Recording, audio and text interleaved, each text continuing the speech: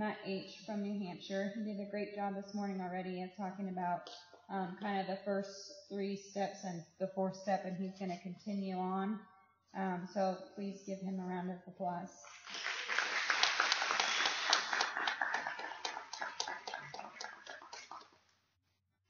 Thank you, guys. So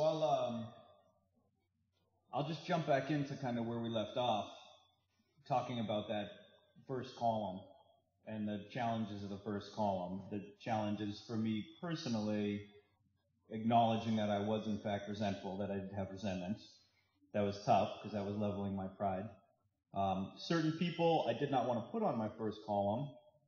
And again, this really alcoholic thing where I feel like acknowledging the fact that you got to me means that you won. And again, this is pretty crazy because in most cases, you don't even know we're in a fight. You know what I mean by that? The other stuff that was challenging on a first column for me, and I find it's challenging when I'm giving instructions for a first column of a resentment inventory, is certain people, like my dad, for instance. My dad was dead when I was writing this, and I felt like it was somehow dishonoring him to put his name on this list. It was pointed out to me I refused to put my father on my inventory, and after a few days, there was a guy I sat next to him, and someone suggested I needed to put my father on there, that there's no way to have a father and not have resentments against the father, that it's just not possible. And this is true. There's this inverse relationship, there's this weird relationship between resentments and love. You know, the people that we love the most, we generally have the most resentments against, by virtue of the fact that we spend the most time around them. My worst enemy in the world, I don't spend much time around the guy. I'll probably have fewer resentments, but the people I love the most, I'm around them all the time. They give me plenty of opportunities to cop resentment. I sat for 3 days and didn't put that name on my inventory, and when someone called me on that and suggested that I wasn't being fearless and thorough by not putting my dad's name on there, I copped resentment. And I remember talking to a guy who was from Seattle, and I was all bitchy, going, oh, people telling me I'm angry. And he said, you got no resentment against your old man? And I said, no. And he goes, wasn't your dad an alcoholic? And I go, yeah. And he goes, no resentments though, huh?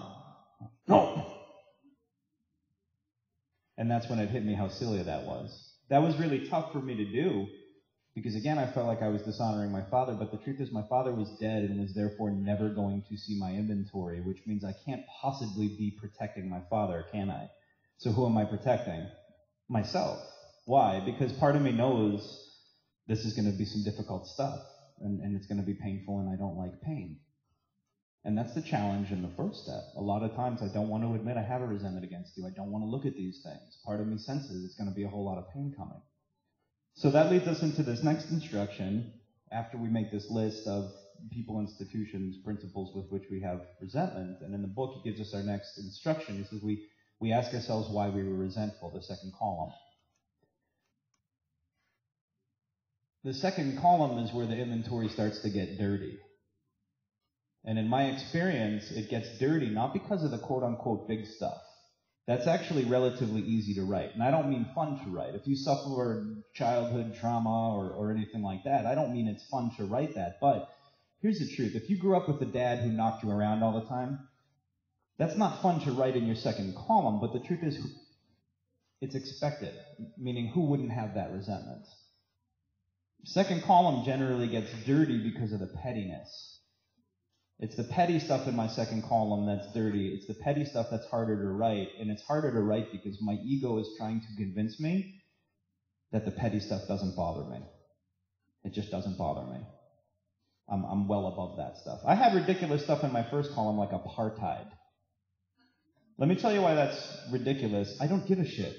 I put it in my first column because I was thinking about the people who would help me with inventory and how I could impress them. It's like self-seeking wrapped in self-seeking, isn't it? And part of it was also to convince myself that I'm a really worldly, cosmopolitan guy, and I care about such things. It's funny, I was so full of shit that it infected my whole inventory, right? The tough stuff for me to write in the second column, we were just sitting at this table earlier, and who who had the six-pack shirt? The six-pack shirt, right? So that shirt with the six-pack imprinted on it. I had a buddy on my fourth step, great guy, non-alky, terrific guy. One of those guys who's just honest right out of the womb. You know those people? I hate them. Just a guy who naturally does the right thing. Like he doesn't need to, do step work and remind himself to not lie and steal and cheat. He's just one of those guys who does it. And I remember I'm praying and his name comes into my head in my first column. And I do this very alcoholic thing where I ask God for help and I ask God to show me something. And I get it, and then my alcoholic brain wants to censor it. I want to be selective around what I get. We were just talking about that. Be careful what you pray for. You'll get it, so you better be careful, right? And you may not like it. So this guy's name comes into my head, and the instruction that I'm given and that I give is, if it comes to you, write it down. We'll sort it out in the second column. And I remember thinking to myself, and this guy's still a good friend of mine to this day. He's a great guy. He's a great athlete. I used to go to the beach and surf with him. He's one of those guys, amazing. He's one of those guys, he's always in shape. He'd take off his shirt at the beach, and I remember we'd play volleyball, and he's one of those guys, he looks like the Men's Health cover. Like he's all hairless and ripped. I'm Mediterranean. If I take off my shirt at the beach, it looks like I'm wearing a Velcro sweater. It's not I'm one of those guys. Like people are like, take that sweater off. I'm like, no, this is how I am, right? He's a really, really nice guy. He inherited a business from his dad that he runs really well. He's really successful. He has really interesting hobbies. And I ran through this and I said, geez, why do I resent this guy? I just gave you 6 resentments. His father gave him a business. He's honest. He's rich. That was a hard one for me to write. It was hard because I was a Marxist of convenience. Do you know what I mean by that? I didn't have money because I made terrible choices. And because I didn't have money, I demonized people who did have money. Because it's an easy way to try and make yourself feel better. It's called slave morality, right? You have something that I don't have, and so what I do is I demonize you, and then I can feel better because me not having it is a virtue. Convenient, isn't it? And so I used to spout all this rhetoric about how rich people are doing, and maybe that's true, I don't know, but I was full of shit. I said it to try and make myself feel better. And so when I had to write down on my second column, I resent this guy because he's rich, that was really hard for me to do because what I had to admit to myself in writing that is I am full of shit. And all the quasi-political bullshit that I spew, it's nonsense designed to make me feel better. And the truth is, if you offered me a check for $1 million, guess what? I would take it. We'll see how much of a Marxist I am when you offer me cash, right? The next one I had to write against this guy was this. Check this out, ready? That's why the shirt made me think of this. He has a 6-pack. That's tough to write. Because again, what does my ego want to say? I'm above such petty resentment. Whatever, good for him. But I'm lying to myself. It does bother me. I wish I looked like him. I wish I was in shape like him, right? And of course, what's my ego saying? Matt, you don't care about that stuff. You don't care about that, but I do. It bothers me. And that's what's tough to write the petty resentment because it's dirty. I'd like to think I'm like Obi-Wan Kenobi. I've ascended such petty human resentments, right? But you want to know the truth, everything bothers me. And so I have to write down he's rich. I have to write down he has a 4-car garage. This is some dirty, petty stuff. I want to write it off, but I can't. My instruction in the second column for people is to be really, really specific and to avoid character defects and opinions. And what do I mean by that? Well, I see this all the time with inventory. Someone will write Bob. They'll go to their second column. What's your resentment? A, he's arrogant. That's not a resentment, that's an opinion. And that's an opinion based on 10 things Bob has said or done. Those 10 things, those are your resentments. And so when I'm working with people in inventory and I see something like, Tina, bitch, I engage them in a pretend argument and I say this. I say, okay, that may be true, that may not be true, but that's irrelevant. That's your opinion. Imagine you said to me, Tina's a real bitch, and I said to you, no, you know what? I think she's a sweetheart. What would you say to me to get me on your side? What would you say to get me to agree with you? Well, you know what? She was supposed to help me move 2 months ago, and at the last minute she backed out. She said her back hurt, and it turns out I found out she ended up going to the movies and blah, blah. Okay, but that's just one thing. What else? Oh, let me tell you this. She came to console me when my husband left, and then I found out afterwards she talked a bunch of shit to me and said that she saw it coming because I did this. Okay, yeah, that's pretty bad. What else? The 5, 6, 7 things that you would tell me about her that led you to believe that she's not nice, Those are your resentments. What we're looking for is the premises and not the conclusion of the argument. It's easier to write something like Bob arrogant, isn't it? Because that puts it back on him. And in fact, I had a guy on my inventory, I put arrogant on there, and I realized that's me throwing him under the bus. It's easy to write arrogant, and when I had to break that down and really write resentments, it was really uncomfortable, because you know what I came up with? He's really smart. That's tougher, because what I have to acknowledge is I resent him because he's smart. He's smarter than me.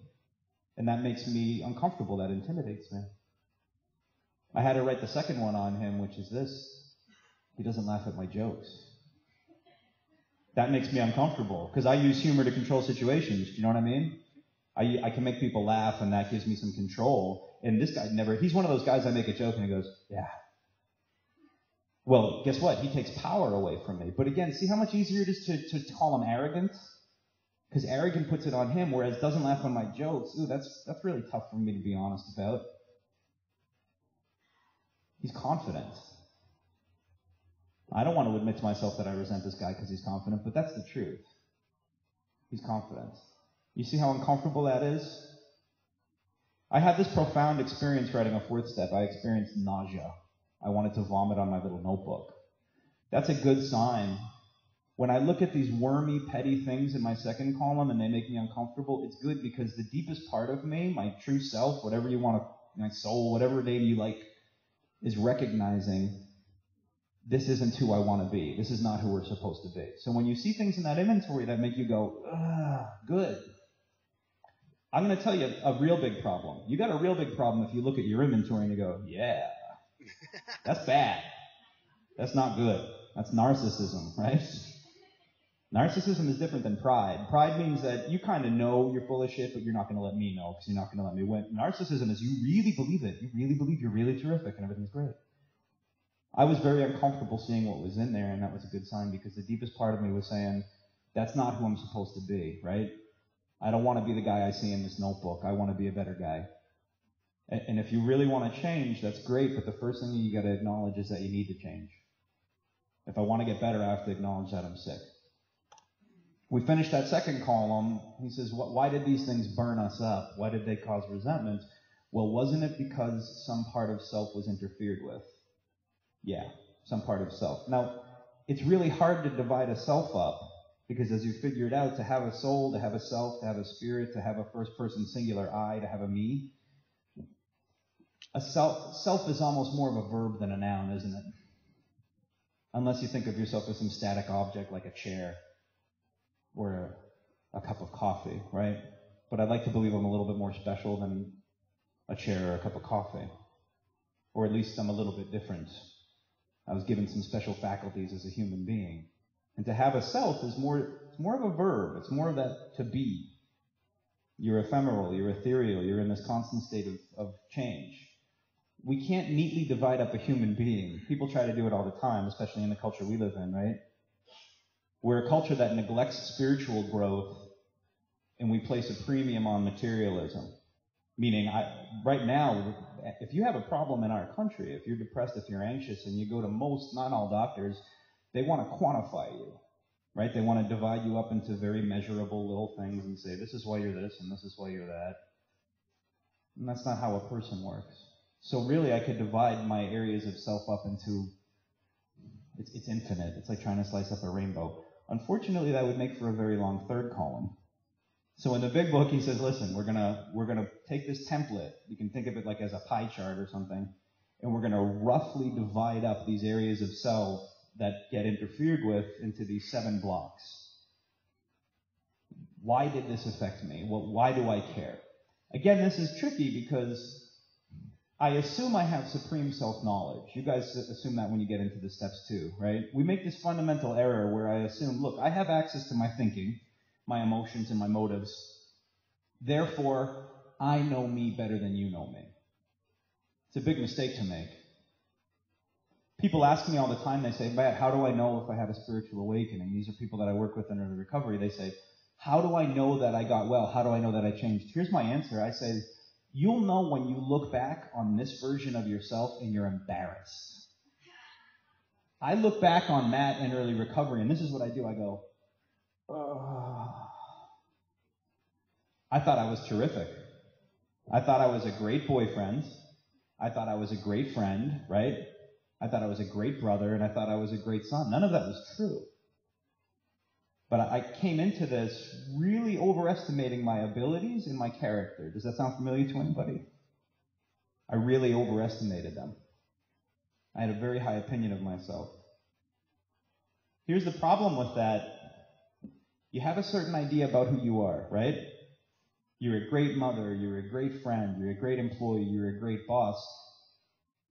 But while you're sick, do you notice this? Reality presents you with all this evidence to the contrary. My first girlfriend who left me because of my drug addiction and alcoholism, that was it. She left me because I wasn't a good boyfriend. That's the truth. Except my opinion of myself is that I'm the best boyfriend in the world. Do you guys see the problem we have? I believe myself to be a great boyfriend, yet my girlfriend's leaving me. Now I got a problem, and I got two possible solutions here, if you want to call them that. One is that I take the evidence that I'm being given and I adjust my ideas about myself. Geez, maybe I'm not such a great boyfriend. Maybe I don't think about other people as much as right? And that means that I have to adjust the ideas about who I am. I'm not doing that. So I still have to explain this evidence to myself. How do I do that? I lie to myself. And this is the truth. After that woman left me, if I bump into you and you said, what happened? Here's what I would say. I would say, sometimes paths just diverge and people go their separate ways. And the truth is, I don't want to talk about her, but she's got some issues.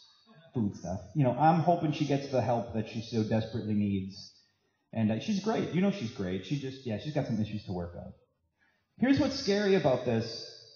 I'm not just lying to you, I'm lying to myself. I really made myself believe that. I really made myself believe that she had unresolved issues. If you ask her, if you said, why did you leave Matt? She'd have a very simple answer. He's drunk and high all the time, and he won't do anything about it.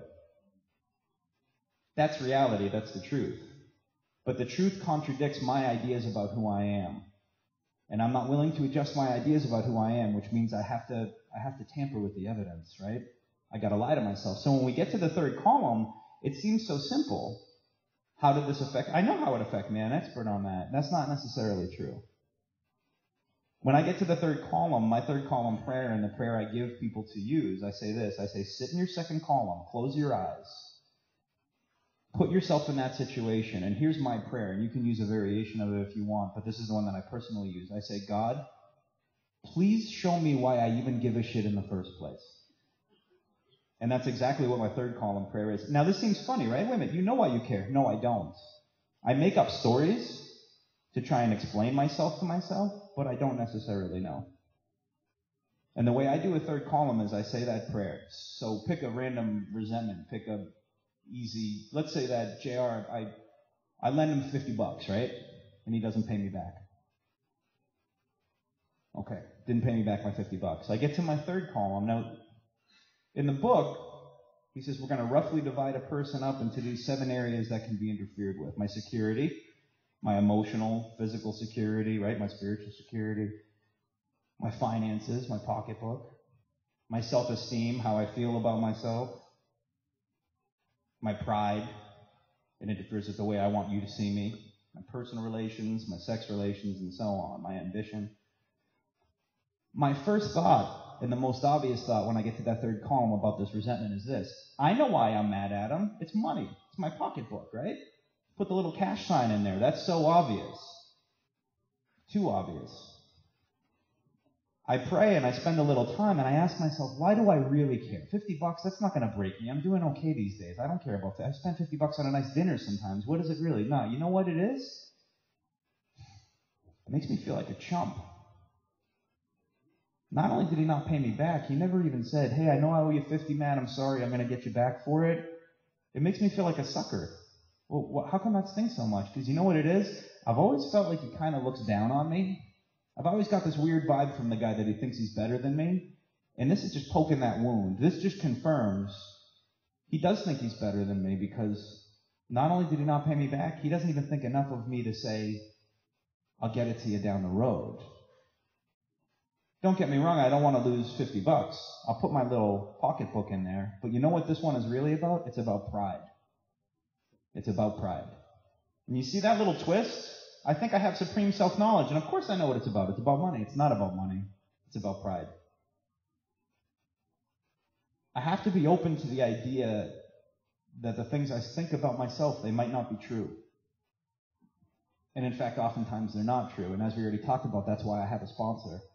That's why I choose a person to be in my life, to be objective with me, because my ideas about myself are oftentimes distorted. It kind of makes sense when you think about it. It's really hard for me to have objectivity around my purely subjective experience. It's like if you and I are going to a party, right? Me and Pete are going to a party. If you're going to a fancy party, and this is how you know a good friend, when you need to do a nose check. You know what I mean by that? Dude, is my nose clean? You can't do that to a stranger, can you? Excuse me, sir. Do I have snot in my nose? You can't do that. That's a good friend that you go like, hey, we good? And I'm trusting him to say, yeah, you're cool, or you need to go into the bathroom. It looks like that Alien movie, man. You're going to scare people, right? Now, sometimes you don't necessarily ask. Someone just tells you, and that gets uncomfortable, right? If you have a good sponsor or you have good friends, good brothers and sisters in recovery that you kind of invite to do that, that gets uncomfortable because that's like if we actually made it to the party, and let's say I'm talking to some lovely woman, and I'm single, we'll pretend that, right? And she's laughing, and I think she's laughing at my charm and humor. And then let's say Pete comes over and goes, Maddie, got to talk to you. And I go, not now. Serious, got to talk to you. Not right now. I got to talk to you. And I go, what's up? She thinks I'm hilarious. And he goes, she doesn't think you're hilarious, man. You got something in your nose. It's terrible. I can assure you she's laughing at you, but not at your jokes. My first instinct is to do what? It's to put my fists up and deny it, right? I don't want to believe that to be true. You know what? So I make up a lie. You just want to talk to her, Pete. That's why you're screwing with me. You want to get me in the bathroom so you can step in. You want to get in there. And he goes, I'm trying to be your buddy. I'm trying to be your friend. I know I'm just trying to save you from this awful, awful thing that's going to happen. Nope. You're saying that because you're mean? You're saying it because you want to talk to her. Maddie, I'm telling you. I'm trying to be your friend. I have two options here. One is I can refuse to believe it's true. Two is I can at least explore it. Someone brought me something, it's uncomfortable, but I can at least be open to saying, wow, what if that is true? Because here's the consequence. If that's true and I ignore it, that's going to be embarrassing, right? And if I do go in the bathroom and I go, oh my God, I look like an idiot, at least I get a tissue. And yeah, you know what? Maybe that girl thinks I'm an idiot, but at least the rest of the night I don't walk around having something in my nose. You get it? We have people present us, or we present ourselves in the inventory with something that makes us uncomfortable, something we don't want to know about ourselves, and we have two options. One, we can deny it. Nope, nope, nope. But here's the possible consequence of that. Maybe it's true, and you never look at it, and it keeps you sick, and you don't even know what it is that's keeping you sick. You ever been bewildered for days, weeks, or months with some sort of malaise, anxiety, depression, irritability? And you look at your life and you go, geez, I sponsor 19 people. I go to 6 meetings a week, right? I read some spiritual literature this morning. I'm punching the step time clock. You know what I mean? What is it? Anyone ever been puzzled by that?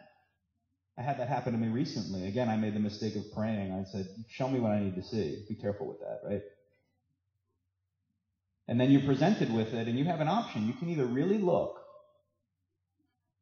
and maybe it's true. Maybe someone gives you some truth and you say, wow, I have to at least be open to the idea that that's possibly true. Okay. Kind of a downer. I thought I was a different person than that. I didn't realize I hurt you. I didn't realize that I thought I was being a good friend. It didn't occur to me that every time I call, I talk about myself. Thank you for calling me on that. I don't want to be that guy. I don't want to be the guy whose call you reject because you're like, hey, he's looking for free therapy again, right? Wow, that was really uncomfortable, but I'm glad you showed me that because now I can fix it. Just like if I go in the bathroom, I'm embarrassed, but guess what? At least the rest of the night's not a wash, you see?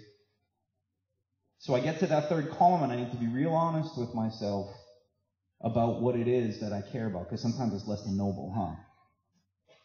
I tell people in the third column of resentment inventory, don't make yourself crazy about getting overly technical about having the perfect combination of what areas of self or I see people lose their mind over this. It's like a recipe. Well, I need a touch of personal relations, and then there's 2 parts of pride, but I don't know. Should I put security in here if I go, don't worry. It's not you like ordering from one of those Chinese menus where you pick the luncheon. The most important part about a third column is that you spend some time sitting in the resentment, you ask God to show you why you really care, and then you're willing to be honest with yourself about why you really care.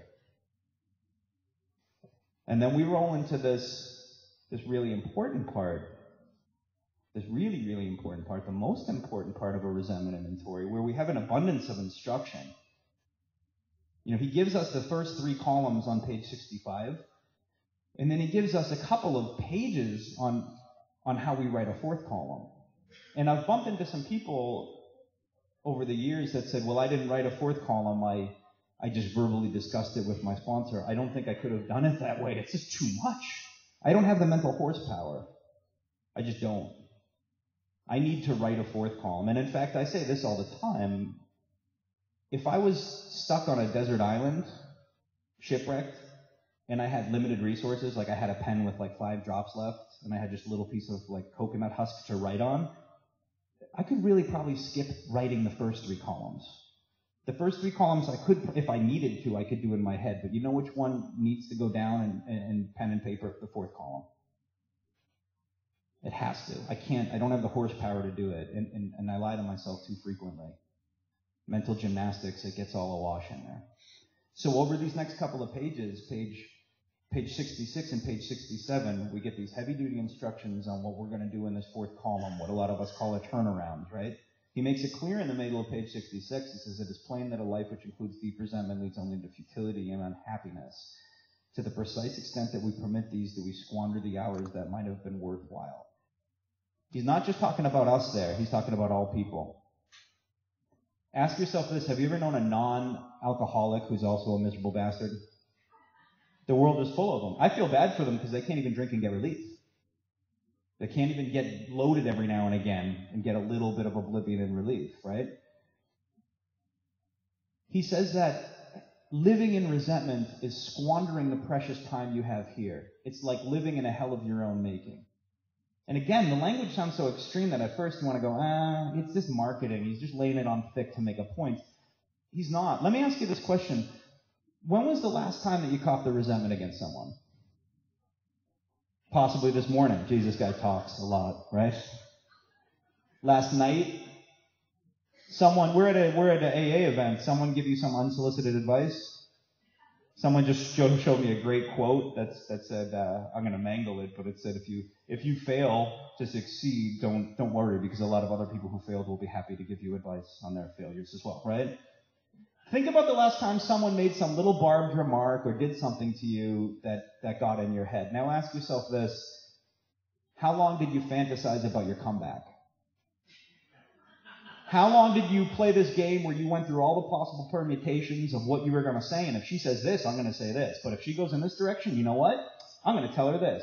And if she says this, I was not going to say this because I'm a spiritual person, but I will. I will pull out the heavy artillery if she wants to go there. That son of a bitch, right? Think about how much time you spent up in your head thinking about that person burning. Add it up. Minutes, days, months. Once you get your number, multiply it by about 10. Because the way that your mind works is your ego wants to diminish that time. It's way longer than you thought it was. Way longer. I moved to a place where no one knew me. I lived in a place where everyone knew me, and I was a big AA guy, you know what I mean? People were asking me to do workshops and sponsor people. I moved to a place where no one knew who I was and no one cared. They just didn't. It was a big change for me, right? And I remember I went to like my second meeting in this place, and I'm sitting in this AA room, and I'm sitting in the corner, and diagonal to me is an old guy, still remember, Baltimore Orioles cap. He became a really good friend and very influential in my recovery. Got his cap down. And I remember, I'm new in town, but I need to make sure everyone knows I'm a step stud, right? And so I raised my hand to say some impressive stuff, and this guy pulls up his Orioles cap, old guy, and he looks me dead in the eyes, and he basically says the opposite of everything I said. But he stares me down as he does it. And when he's finished, he goes, that's all I got to say about that. And in my head, I went, son of a bitch. What the fuck? I'm the new guy. You're supposed to be nice to me. You're supposed to take me out for coffee and pizza and ice cream after the meeting. It embarrassed me, made me look like I don't know what I'm talking about. And I realized that I copped the resentment, so check out what happens next. I go, you know what? That's ridiculous.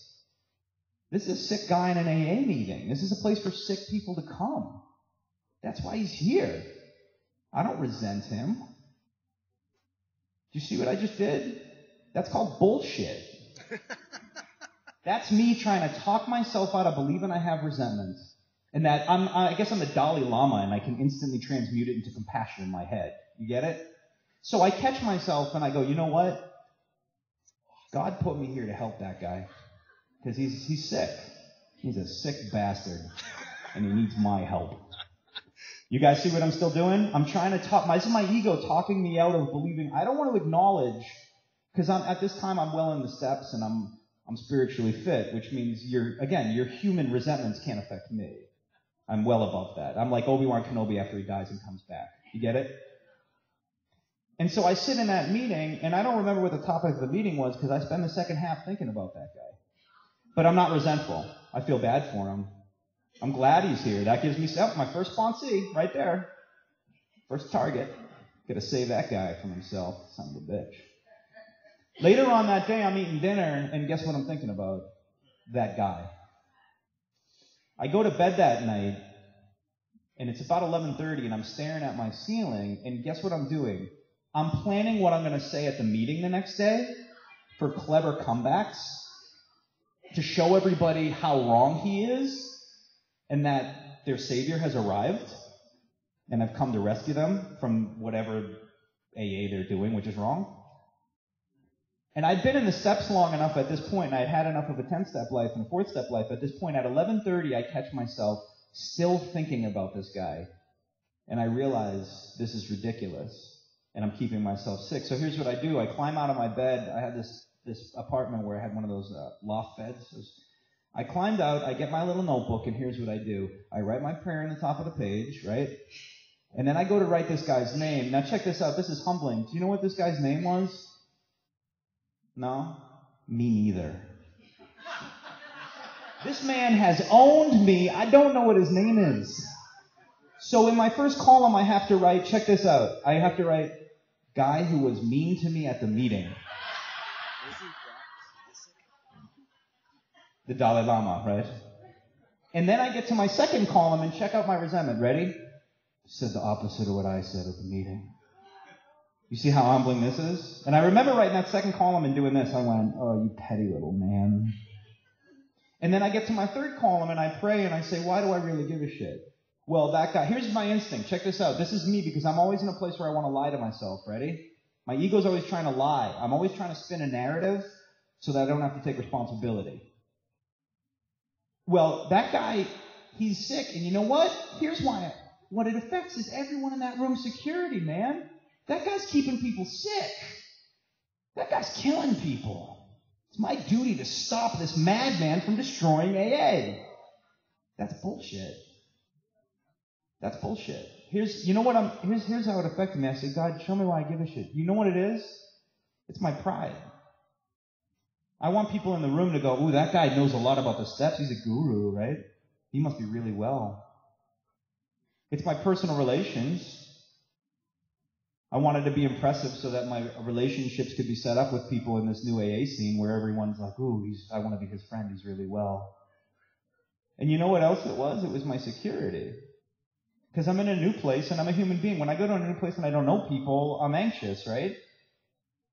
And the one thing that I want to come in and show you that I have is, oh, I'm well. I have recovery. I'm a big AA guy. I'm a big step guy. You get it? And when this guy said the opposite of me, he took that away from me. You see how less noble that is than the lie where I say, I'm saving AA from him. So I get to my fourth column. We've got all this instruction. I'm not going to go through all of it because we're limited. But we got all this instruction on page 66, on page 67. By the way, to finish that story really quickly, there's this line in the book that says, resentment, fancied or real, has the power to kill. You know what he means by that? Sometimes it only exists in your head, but it'll still kill you. Here's how that resolved, by the way. The next day I went to that meeting. That guy was sitting in the same seat. He became a very good friend of mine. He's sitting in the same seat. My seat was occupied, so I went and I sat in another part of the room. I raise my hand, I do my little thing. A couple other people speak. That guy raises his hand.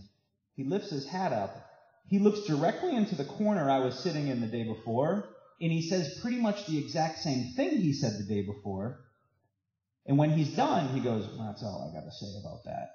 And he pulls his hat down, and he goes back to sleep, because he's been sitting in that chair for 20 years. And here's what he does at a meeting. He comes in, he nods off. Mid-meeting, he wakes up. He says whatever the hell he's going to say.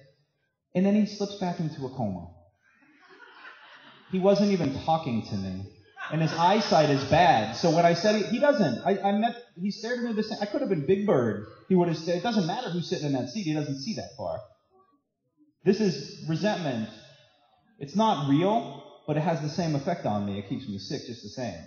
His wife became a friend of mine too, and it used to be funny because we'd be in meeting, and he was that guy who'd doze off and snore loudly, like rip a snore, and his wife would go,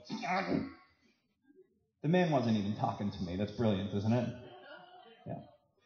We get over to page 67. We get a prayer. We pray before we start doing these turnarounds, this fourth column. We pray to see the person as sick. That doesn't mean sick bastard, but spiritually sick, which means this. This is what it means to be spiritually sick. I'm not okay, and I'm trying to figure out a way to be okay, and I'm baffled because I don't even know why I'm not okay, right? We're seeing this person as another person who's suffering, who's experiencing the human condition.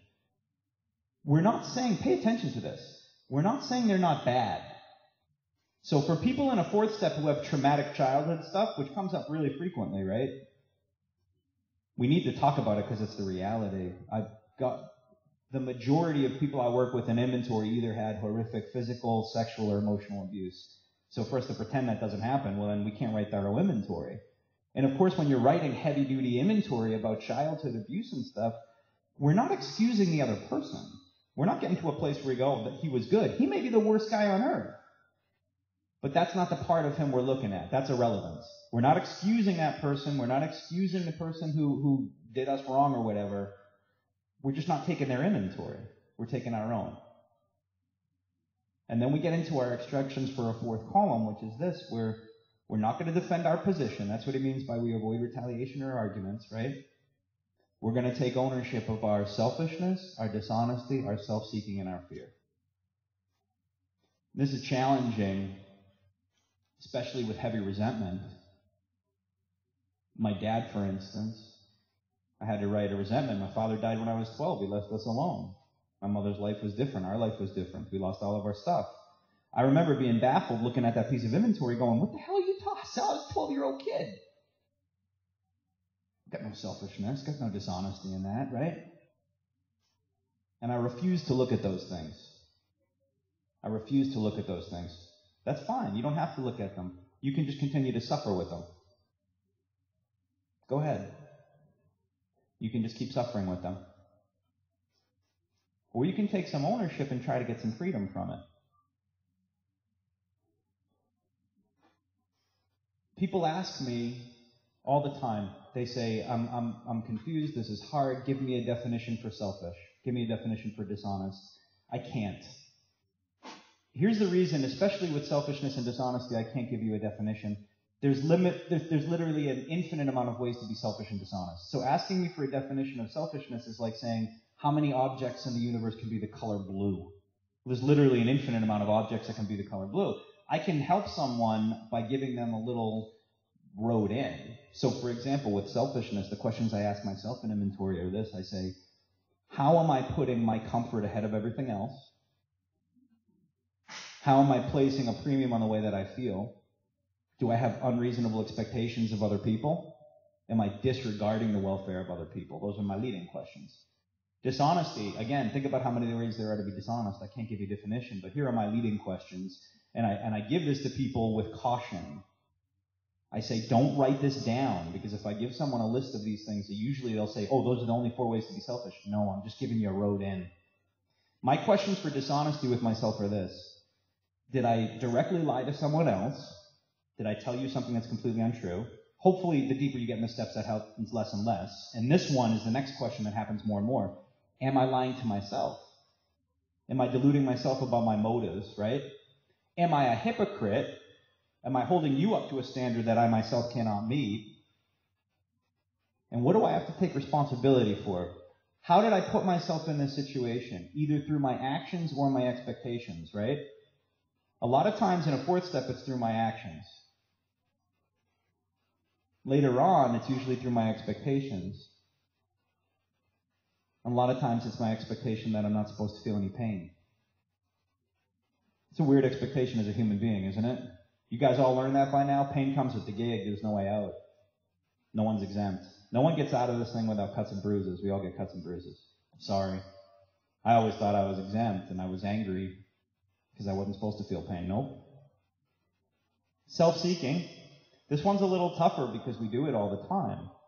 Self-seeking is this ongoing process, and people tend to struggle with it in this part of the inventory. I have a friend, Amy. She came up with probably the best kind of concise road into self-seeking for someone in a fourth step. She put it like this. She said, how do I need to be seen in this situation so I can feel okay about it? It's great, isn't it? Self-seeking is the narrative that I'm trying to write. I'm trying to write a story on the fly to make myself feel better about the situation. I'm trying to come up with a fiction so that I don't have to look at who I really am. It's this story, right? It's all this ego and pride. And then my fear. What's threatening me in this situation? So with my dad, I struggled with that one because I was a 12-year-old kid and I refused to write it. And I prayed on it, and it was suggested to me later that, I was 12 when my father died, and I'm in my late 20s when I'm writing this piece of inventory. And here's what was suggested to me. I said, someone asked me this question: what's a 28-year-old doing with a 12-year-old's resentment? What? And my interpretation of that, and here's my interpretation of that still to this day, is write the resentment from the perspective of a 28-year-old, not a 12-year-old. And that's what I did, and here's what I came up with. Selfish. I suffered as a result of my father's death, and I somehow parlayed that into giving myself permission to harm other people in order to make myself feel better, even though those other people had nothing to do with my father's death. My dishonesty was this: I used my childhood as an excuse for all sorts of things that had nothing to do with my childhood. And here's what's even grosser. Check this out. I would throw all of my trauma in people's faces to get out of trouble. It's like pulling the pin on a grenade. I learned this early on with girls that I lived with, women I lived with. It's really easy to throw at the guy you're fighting with. Do you know what I mean? If I yell back at you, it's easy. You knew he's son of a... It's easy to throw out fighting guy. You know who it's hard to throw out? Sad, wounded, broken boy. And I play that card all the time. You're kicking me out, and I start to fight, and I go, no, you know what? You're right. You're right. I'm just not good. There's something wrong with me. It's the anniversary of, and then I insert whatever horrible thing I need, right? And maybe I'm not fixable. You know the truth? You deserve better than this. And then I walk away. Picture a setting sun that I'm walking into. It's so much harder to throw that guy out, isn't it? Wounded guy. And that's pretty dirty. It's a pretty dirty thing to do. I had a boss once fired me for really good reasons, and I was sitting at his desk, and I had all of these. I was diagnosed as bipolar and schizoaffective. I have neither one of those illnesses. I knew I didn't, but I knew the DSM, and I knew the PDR. And so what I also realized was this: it's much harder to be mad at mentally ill guy than alcoholic guy who crashed your car yet again. And when I figured out that if I played up my mental health diagnoses, which don't exist, they certainly do exist for other people, I'm not saying that, but I lied about having those illnesses. Are we clear on that? I used it to my advantage because I used it for sympathy and to escape the consequences that I deserved as a result of making terrible choices based on self. And I remember sitting there with this guy, and he said, Matt, we just got a league. And I went, and I took all these pills out of my pocket that I didn't need, and I dumped them all over his desk. And I said, I am mentally ill. You have no idea what it's like for my people. And man, this is uncomfortable, right? I threw it in this guy, and he just, oh, God, and we can give it a, why don't you just take a month off? I'll pay you, please. Just don't, right? I did the same thing with my father's death. I threw it in people's face whenever I needed a little get out of jail free card. It's not my fault. I'm all messed up. I had a bad childhood. And I look at my self-seeking in that resentment, and here's what my self-seeking looks like. The theme of my whole life up until I got well was, yeah, I'm not perfect. This is the story I tell myself and I want to convince you of. But all things considered, considering what a hard life I've had, I'm not doing that bad. You get it? Again, I'm like the hero in a Greek tragedy, right? Or like, you ever seen that movie Good Will Hunting with Matt Damon? I really thought I was Matt Damon in Good Will Hunting. Like, I'm this delicate genius, but I just grew up so rough. And if I could just find, like, my Robin Williams, you'd see, yeah, I do bad things and I get arrested and all this, but I'm more of a diamond in the rough. And if you just recognize that, and none of that's true. I was given ample opportunities and lots of love and all of that stuff. And I finally have to look at my fear in that piece of resentment, and here's my fear. And again, the first few things that come into my head usually are wrong. Because I'm sick, and so my impulse is sick, and the next thought in my head is sick. I fear I'm damaged because of it. I fear that I have abandonment. No, you know what my fear was in that resentment? That the conditions of my life were not due to my father's death. They were due to terrible decisions I made based on my own comfort because I'm an alcoholic. That's a bummer. That's a bummer, isn't it? Because now I can't point to this and this and this. I have no great struggle, right? You guys ever read Viktor Frankl? One of my favorite writers, right? Frankl spent all this time in concentration camps. His whole family killed immediately. And he saw some people just descend. They became something less than human, and they sold out their friends for an extra cigarette. But he saw these other people who became real spiritual beings.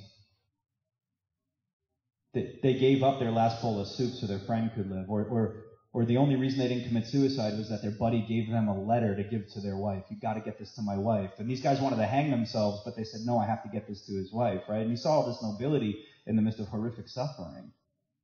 Horrific suffering. And I remember reading that and see these guys could point to all of their circumstances and say, yeah, things are bad, but check out why they're bad. These Nazis are trying to kill us, right? My family might be dead.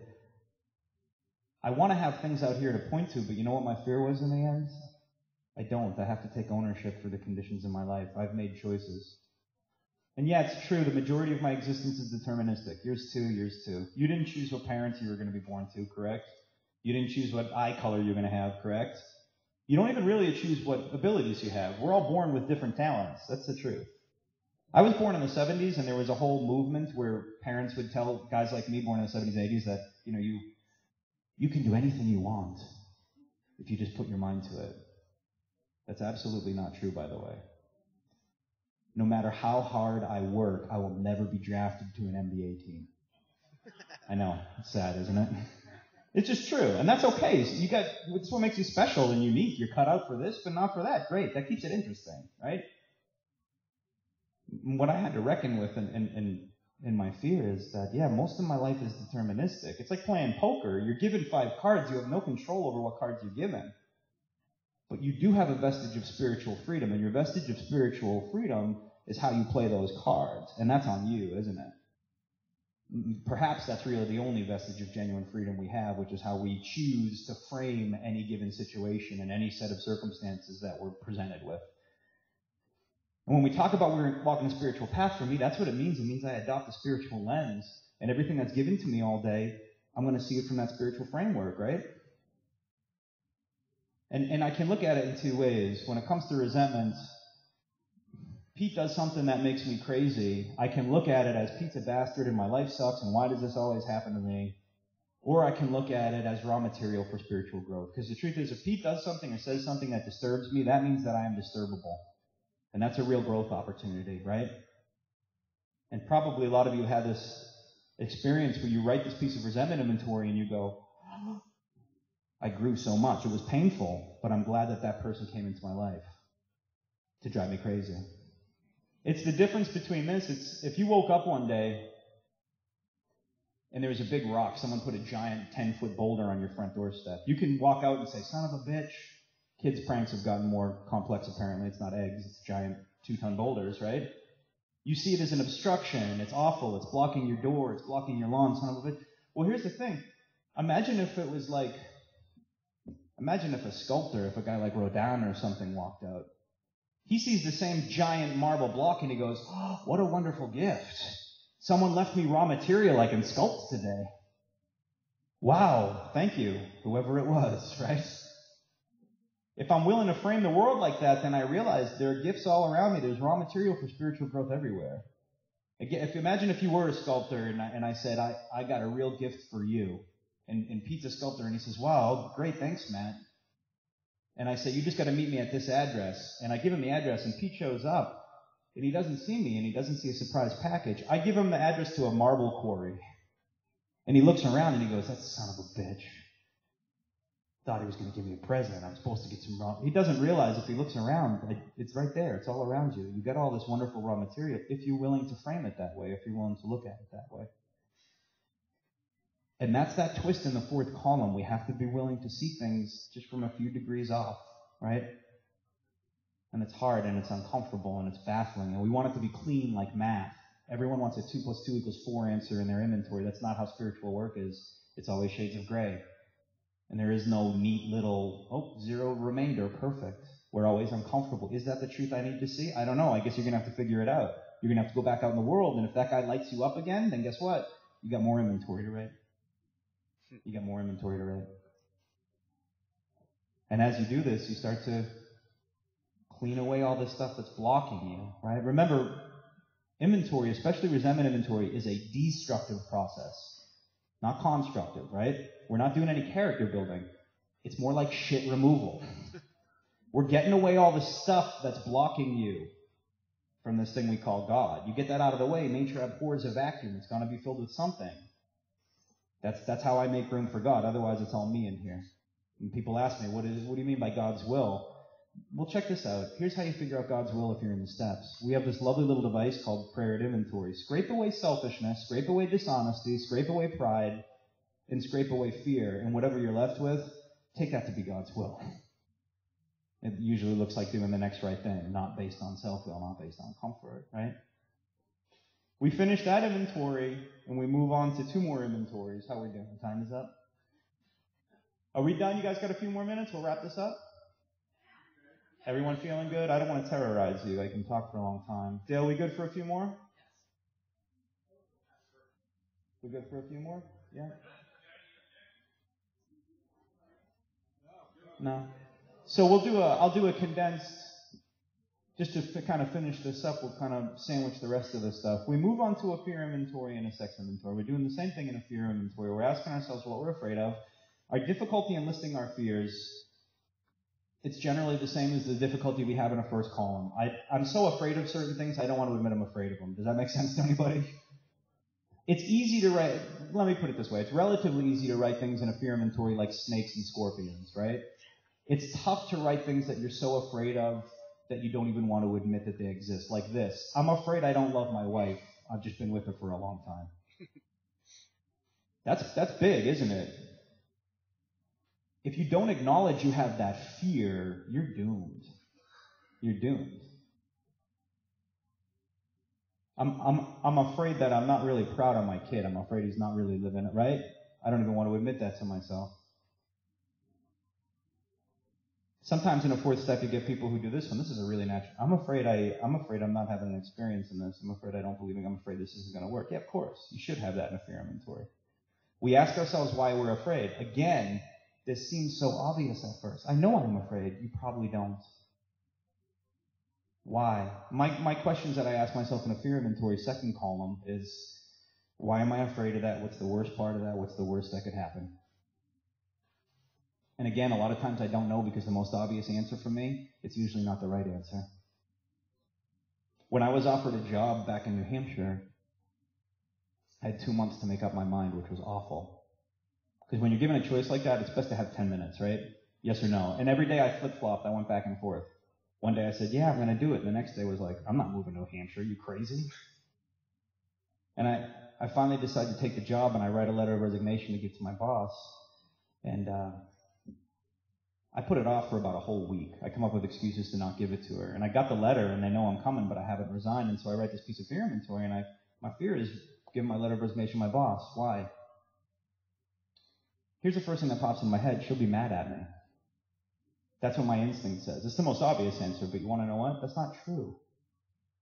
She might be upset, but she's not going to be mad. So what is it? All right, what am I really afraid of? What's the worst part of this? The worst part, what am I really afraid of? You know what? If I give her this letter, she's going to start looking for someone else.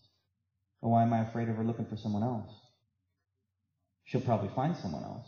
And why am I afraid of her finding someone else? Well, again, the next obvious answer is they might be better at me than this job. But you know what? That's bullshit. That's not true. I don't care. I'm going to be literally 5,000 miles away. I'll never work there again. So why am I afraid of her finding someone else? Because that makes it real. And that means I can never get this job back. Why am I afraid of not getting this job back? Because that means when I go to Plymouth, New Hampshire, I have no escape route. And I'm a guy who likes escape routes. Do you know what I mean by that? I'm the guy who drives to the party no matter if you're going or not. I always have to have my own car. Guess why? If I get uncomfortable, I want to get out. I don't even like year-long cell phone plans. I'm a guy who hates commitment because if I'm uncomfortable, I want to root out.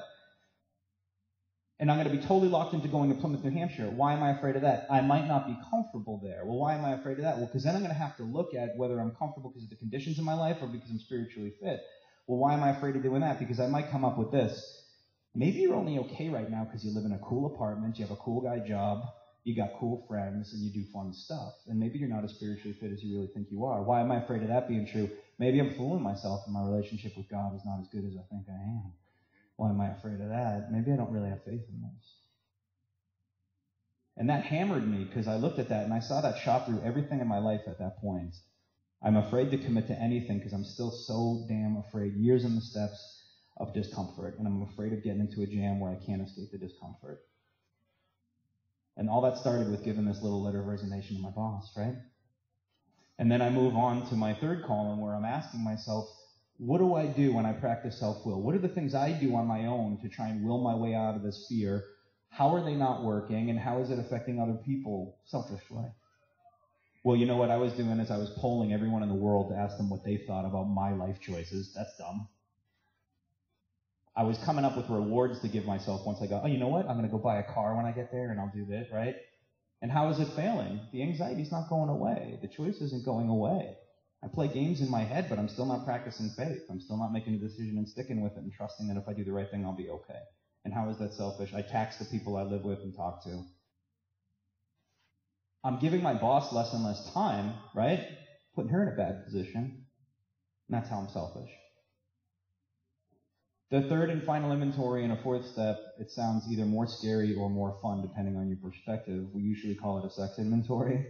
Sex inventory is a misnomer. If I could rename sex inventory, I would call it an inventory of selfishness, manipulation, dishonesty, and inconsiderateness in your romantic relationships. I know, it doesn't sound as fun, does it? I was a guy who went to Catholic school, so when I heard sex inventory, my Catholic education kicked in, and I went, oh, that's right, sex is bad. You want me to make a list of instances of penetration so that I can make amends for them. You know what I mean? Nope, absolutely not.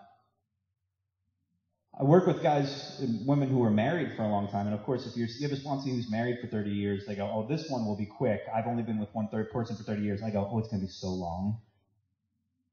Because as most of you have found out, we do a sex inventory. We're not talking all that much about sex, are we? We're talking about how I was uncaring, how I was manipulative, how I put my feelings ahead of your feelings. And he's very, very clear about that. Bottom of 68 into page 69, he says, we do not want to be the arbiter of anyone's sex conduct, meaning we don't have a list in this book of things that are okay and things that aren't okay. That's between you, your conscience, and God, right? What we're taking an inventory of is, where were we selfish? Where were we dishonest? Where were we inconsiderate? How did I harm that other person? What should I have done instead? And so when I wrote this inventory, I had women on there that I had never had physical contact with. There was a girl at a coffee shop I used to go to. I knew she was in love with me. I'd walk in and she'd turn beet red like a stop sign and get giggly, right? And I'd get free coffee and free crullers. But guess what else I got? I got to feel like a stud. Because I was in a point in my life where I wasn't doing well. And the fact that this woman was so attracted to me, she'd get all stuttery. Yeah, I still got it. I look at that piece of inventory. Who is it? Girl in coffee shop. Where are my instances of selfishness and considerateness? Well, I use her for free coffee, pastry, and to feel better about myself. Who else did I affect? Her mother, her sister, the people who she works with, her best friend, whoever she talks to about her problems. What's the outcome? Meaning, How did I arouse bitterness, jealousy, hurt feelings, etc. as a result of my selfishness? Well, you know what happened with that girl is after months of this, she actually asked me out in front of all the girls she worked with, so they were all like pushing her, you know. Now, I can't accept because I live with a woman. She doesn't know I live with a woman because I don't act like a guy who lives with a woman. And so I kind of act all weird and aloof, like my vibe says this: why would you think I would want to go out with you? And of course, why did she think I wanted to go out with her? Because I flirt with her every single day. And of course, she feels like an idiot and walks away and puts her head down. And every time I go in there after that, she just can't even look at me. What should I have done instead? Well, the obvious thing is not flirt with her and just pay for the damn coffee.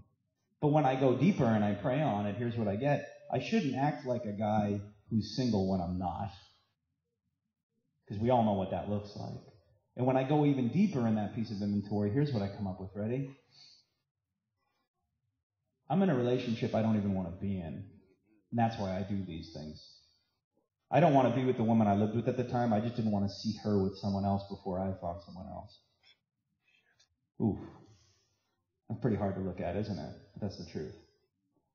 Sex inventory. If you're in a long-term relationship, if you're married, you're going to have a lengthy sex inventory because you're around that person 24 hours a day and there's so many opportunities to be selfish, to be uncaring, and to be unkind, right? And that was the majority of people on my sex inventory. I had another friend that I used as a surrogate girlfriend. I used her to talk about the things that I should have talked to my girlfriend with. She was the one I would call when I left home. Oh, I just need someone to talk to. You mean like the woman you live with? No, not her, you. That's selfish. Who does that harm? That harms my girlfriend, that harms her, that harms the relationship, and so on, right? We finish these inventories, we find someone that we can trust in the fifth step. And we'll wrap up 5, 6, and 7 quickly. In the book, the way the book's written, at the time, it was assumed, rightly so, it would be tough to find someone to read a fifth step to. Luckily, these days, in most places, there are people to read a fifth step to. My usual qualification for reading a fifth step to someone is that they've written a fourth step. You understand what I'm doing, and you treat it as sacred. I read that fifth step. There's something sacred about me reading it and writing it. You guys who have done this, you know that. I can never escape. When I hear it come out of my mouth, it's real, and I can never take it back. I hear who I am, and I start to see myself from the third person, right? I see myself from the third person, and it's this experience of ecstasis, of standing outside of myself. And as I expose all of these things to the light of day, and they start to just evaporate, I experience this kind of kenosis. I start to empty. I start to make space for something to come in, God. We finish step 5. We spend an hour reviewing what we've done. Do we have a solid foundation? Is there anything we left out? Anything we should have said? And I always leave room for that. When I hear a fifth step at the end, I say, is there anything you need to tell me that didn't fit into a fear, a sex, or a resentment inventory? And generally what I do when I'm hearing inventory is I offer someone something that I wouldn't tell from the podium, put it that way. And it's usually something that makes the guy go, damn. And not because it was a bank robbery, but because it's some wormy, petty stuff that you don't want to admit. Do you know what I mean? And when I give someone that, they go, wow, he's going to trust me with that? Okay. Now we have a bond, right? Now we got something on each other. We spend our hour in meditation thinking about what we've done, and we end it with this prayer where we're asking, take it. I need the change. I need your help. Take what you need to take. And leave the rest if there's anything left. In my case, there wasn't anything left. I had to rebuild from nothing, right? My sixth step was probably, if I'm going to be honest with you, it was probably characterized by boredom. I sat in a room waiting for revelatory visions that I didn't get. I actually kind of lied to the guy that I read inventory to because I was afraid to disappoint him. I remember seeing him, and I think he was beaming more than me. And I walked in, he went, huh? And I went, oh. And he went, well, and I go, I don't have to tell you, right? I couldn't process or contextualize step 6 and 7 at the time. It makes sense, right? Think about this. If you've experienced, I was talking to someone last night, I think me and Dale were talking about death in the family and people, at the moment that someone dies or something happens in your life, you're not in a position to process it, are you?